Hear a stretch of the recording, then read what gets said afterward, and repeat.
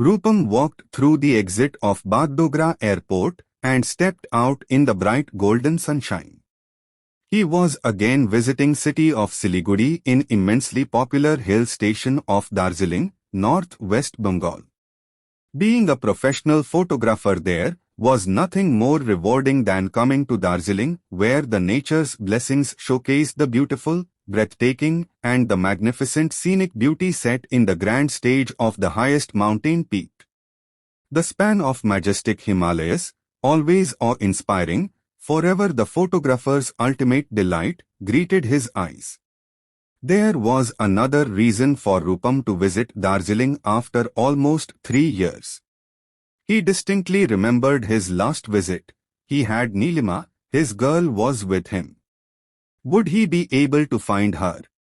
His memories floated back, the last visit to Mirik, a small picturesque hill station with beautiful lake, surrounded by forests on all sides in the backdrop of Mount Kanchenjunga, the world's third highest peak, nestled in Himalayas.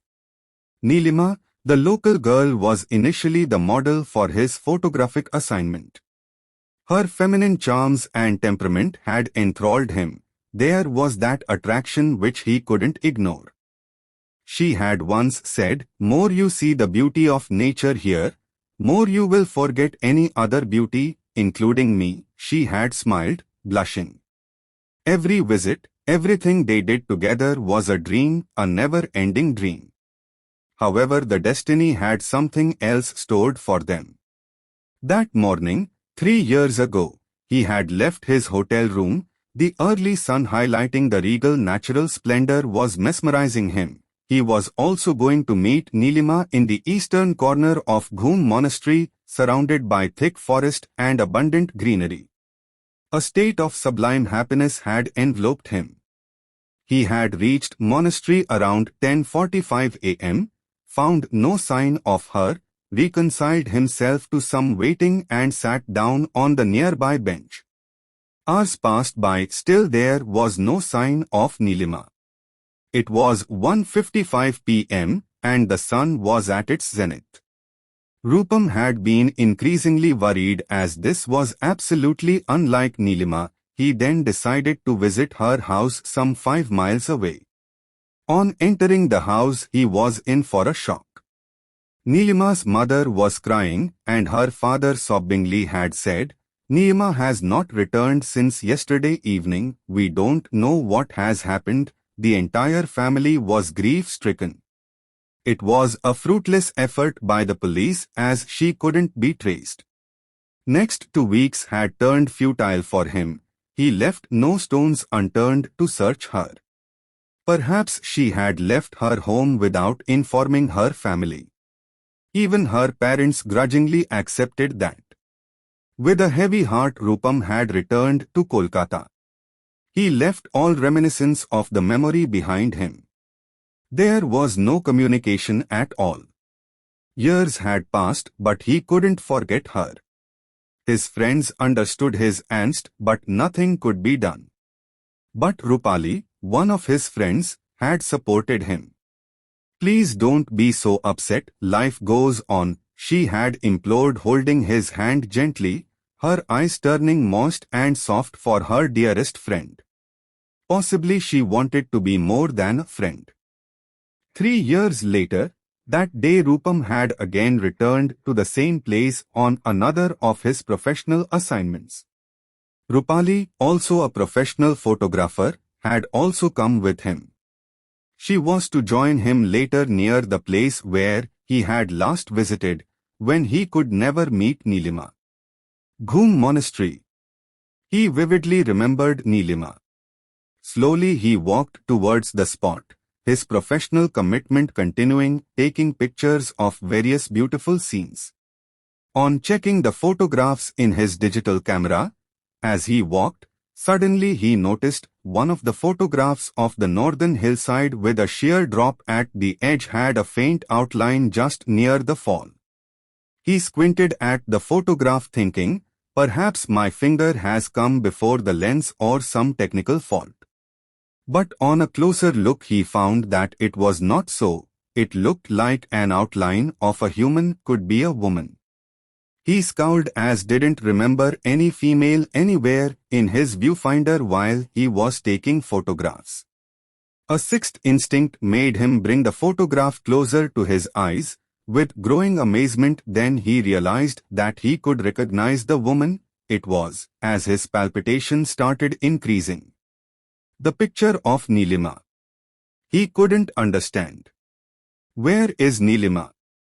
How is she in the picture when I have not seen her? He looked around. She must be here somewhere. I will ask her why she had gone away these years. He started walking towards the spot, at the edge of the cliff, of which he had taken the photograph, searching. He closely scrutinized the area hoping to see her. It was bright and sunny open space with dense forest starting at least quarter of a mile away, no chance of seeing any person before that. There was no body to be seen. His breath was uneven in anticipation. Looking down the sheer long drop of the cliff, the green mass of vegetation clustered down below over miles, unexpectedly he felt his head swimming with a strange sensation of darkness enveloping his senses. And then he felt falling. Unconscious mind was telling him that he was falling down the cliff, a free fall. He uttered a strangled cry. Nobody was there to save him, and at that moment everything went blank. He opened his eyes, his head throbbing. Gradually before his vision a form was crystallizing. She was Neelima. The same Neelima who was lost to him so many years back, for whom he had craved but could never get. He tried to get up, but his body was unyielding. He fell back on the ground and went into oblivion. Before that he could feel that she had come near him, could feel her familiar scent and body warmth as if she was very near, touching him. Opening his eyes again he found that he was on a bed in a room with an open window facing him. The curtains were swinging in light breeze, and sunlight had lit the foot of the bed. As he focused, he found that he was in a hospital room. A doctor was examining him, nurse was preparing a syringe for injection. Behind her, Rupali was standing, her face reflecting anxiety. When the doctor and nurse left, Rupali came forward. There were tears in her eyes. She took his hand and lightly touched her lips on his forehead. "Thank God you are all right. I would have died if something happened to you," she whispered. Rupam shook his head. "I don't understand what is happening. How did I come here? I fell off the cliff. I thought I had died." She sat on the edge of the bed. "I saw you going near the end of the cliff, tried to stop you, shouted to warn you, but you were walking as if sleepwalking, totally unmindful of the danger. Then you just toppled over." She got up and walked towards the window. My heart stopped, my mind went blank for a moment, and I ran forward. She turned, wiping her tears. "I thought I had lost you, but when I looked down I saw that you had fallen on a small ledge projecting from the side of the cliff. You were deathly still."